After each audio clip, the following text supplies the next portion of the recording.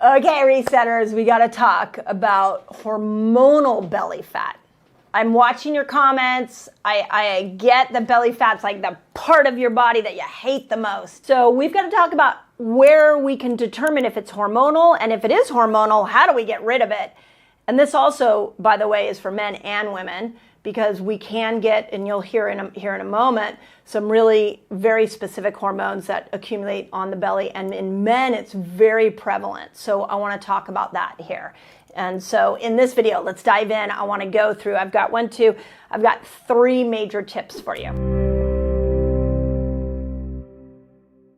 Okay, here's the first thing I want you to realize is that when your body is storing fat, all it's doing is storing excess. So if you haven't heard me say that, I really want you to take this in, think about it. All fat is excess. Your body didn't know where to put it, didn't know how to use it, so it stored it as fat. Well, in the belly, it's excess of 2 specific hormones, estrogen and cortisol. Here's the way to look at that. Why would it store estrogen there? And when we talk about estrogen dominance, especially for those of you, especially the women that are younger, but estrogen storage also happens to men in the belly. Why would we have more estrogen than we need? Let's answer that question. And the reason is because estrogen disruptors, mimickers, things that your cells think are estrogen are everywhere. They're everywhere. And it's a crime, because literally it could be something you're putting on your skin, on your hair. It could be something you're drinking. It could be something sprayed on your food. And when your body doesn't know what to do with it, it categorizes it, and it's like, oh, this appears to look like estrogen. So it starts to store it in the belly. So men, I want to talk to you for a moment, because a lot of that belly fat that we see men get, that's the estrogens that are in something like beer. You know, beer is really interesting because it creates has that glutinous bloating that we see with a lot of men, but it also is an endocrine disruptor. So it'll pad and give you extra fat around your belly. It's also the man boobs. That is estrogen. And it means that you're getting exposed to too many estrogen mimickers, but it also can be your beauty products. And I know as men, you might be like, well, what do you mean? I don't really have that many beauty products. But think about everything you put on your skin. Think about what you wash your clothes in. All of that can end up getting absorbed through your skin, and then your body has to do something with it, and so it stores it as fat. The second hormone that gets stored there is cortisol. Now, I want to speak to those of you that are really stressed out for a second. I know, and you're going to see threads, especially in my current videos here on YouTube. You're going to see a lot of threads where I'm just bringing stress in and into the conversation and giving you as many ideas of where stress is a hurdle and an obstacle for you with your health. So I want to make sure that you're addressing cortisol. And one of the things that I know for my own self, because I'm working on stress all the time, is that if I start to feel like I'm accumulating fat around my belly, I'm like, stress has gone up. I need to the cortisol doesn't have anywhere to go. Belly fat specifically is this toxic estrogen, and it's too much cortisol. They're indicators of those 2 things, and you have a lot of control. You have a lot that you can do. So let's dive into those. First is you get rid of the estrogen mimickers. That means you got to look at your beauty products. You got to look at the chemicals in your food. You got to look at the chemicals in your even in your kitchen, your laundry detergents. Like, you need to do a chemical overload and take yourself on a chemical elimination diet. So one of the things that I see where there is an incongruency for a lot of people is they sit over here and complain because they're not seeing that their belly fat's going down, but then did they take a day? It may take you a day to go through and scan everything in your house and make sure you don't have estrogen mimickers. One of the stories I always remember in my clinic was that a woman named Lanny went in for a routine mammogram at 40. She was a patient of mine. She was a friend of mine. Every single book I ever write, you will see her name in there. She was that impactful to my life. And one of the things that I remember Lanny telling me was that the day she got the diagnosis, she went from the doctor's office she got this horrible diagnosis, and she went straight home and she scanned everything. She cleaned her house from head to toe.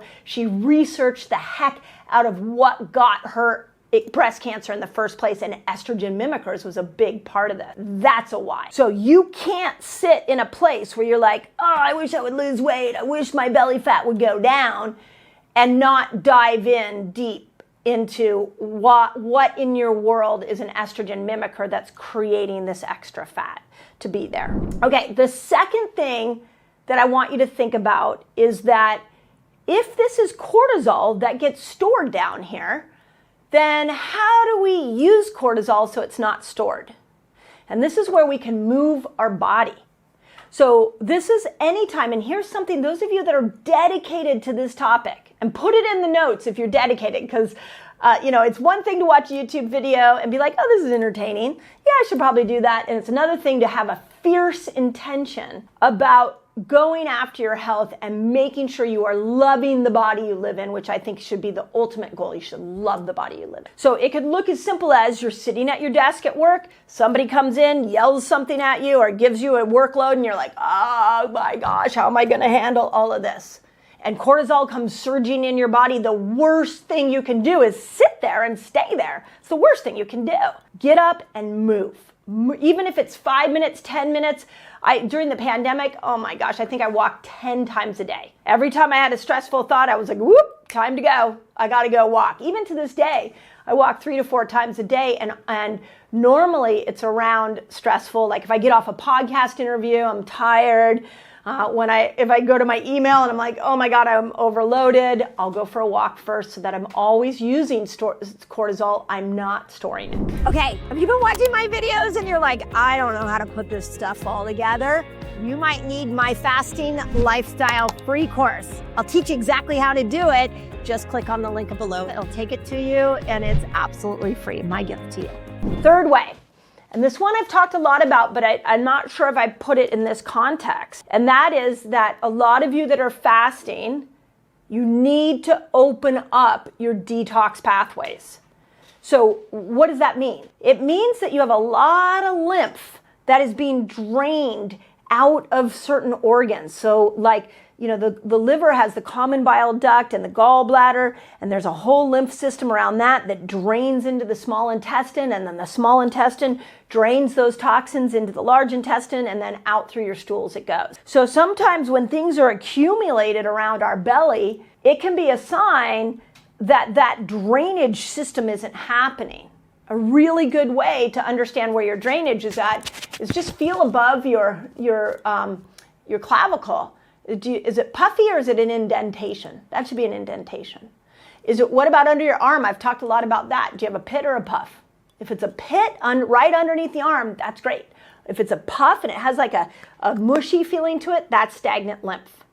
So we've got to get the lymph flowing, but if it stays in the abdomen, then it's going to create more of those toxins accumulating around your abdomen. So make sure you're having a daily bowel movement. If you're not doing that, please do that. Make sure that happens. Then more greens, because greens are fiber. They're going to help support a healthy microbiome in your gut. They're going to help with bowel movements. So let's do that. Also, magnesium can be really great for if you're constipated at all to get the stools out of you. A loofah. I've talked about this before, but if you didn't see that video, in my shower is a loofah. And they're like a sponge-like thing, and I sponge all my detox pathways under my arms, my abs, down my thoracic area, right above my clavicle, my inguinal area, my abdomen. Make sure that I'm always opening those pores up so that toxins can get out of there. And then another one that's a really cool hack. This is like cutting edge hack, which is castor oil. When you go to bed at night, put some castor oil on your belly and it opens up and dilates and lets your body be able to mobilize those toxins. But we've got to stop the estrogen mimickers, we've got to move when stress hits us, and we've got to open up our pathways. The last part I will say, and of course this is my jam, which is fasting. That fasting lifestyle, that variation in and out of different fasts is really, really critical for belly fat and for mobilizing and breaking down estrogen and cortisol. So remember that the pulsing in and out of different fasts, sometimes those can increase oxytocin. If we do them just lightly, you get a little dopamine rush, and dopamine and oxytocin go hand in hand. And so oxytocin will calm cortisol down. We also know that when you're building a fasting lifestyle, that a lot of times you can dip in and you can start to go after breaking down some of that fat, and you will get these estrogen mimickers will start to to unwind themselves. If you are listening to this and you're like, oh, I think I have a lot of estrogen mimickers that have accumulated around my belly, make sure when you fast, you take activated charcoal, something in the gut that's going to absorb to those estrogen mimickers that might be released as the fat is burned. So we don't want them recirculating, going up into your brain. So my favorite is a product called Bind. It's always been my go-to for activated charcoal. We'll leave the link in the notes here so you can see it. I don't want you to waste money on supplements. Your body's a miracle. Buy the right ones. Sometimes you don't buy them at all. Check out this video so you don't waste money on your supplement. When we do the same probiotic over and over and over again, what we're doing is we're creating a monoculture in our gut.